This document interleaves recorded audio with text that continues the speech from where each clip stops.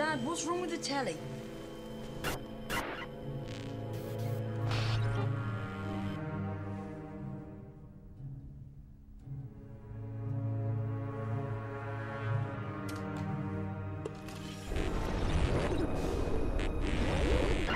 Good evening, London.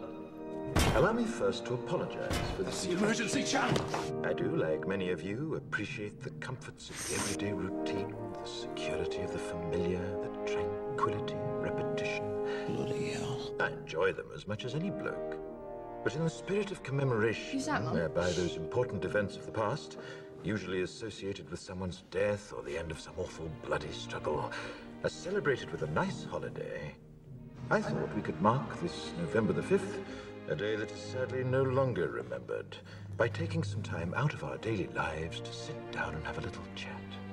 There are, of course, those who do not want us to speak. Let me think, just let me think. I suspect even now, orders are being shouted into telephones, and men with guns will soon be on their way. It's Chancellor Sutler.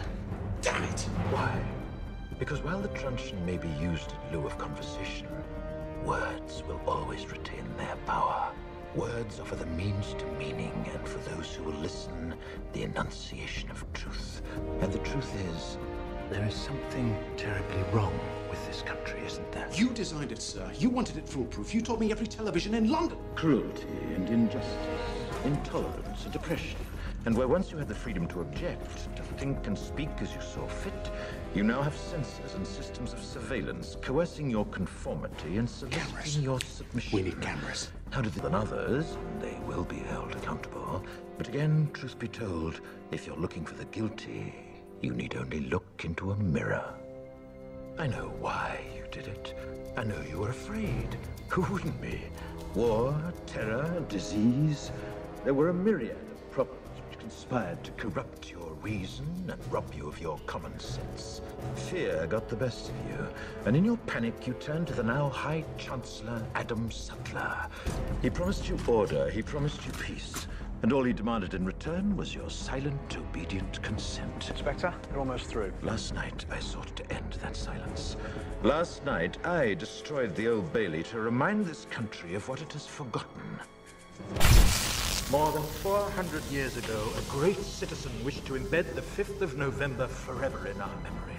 His hope was to remind the world that fairness, justice, and freedom are more than words. They are perspectives.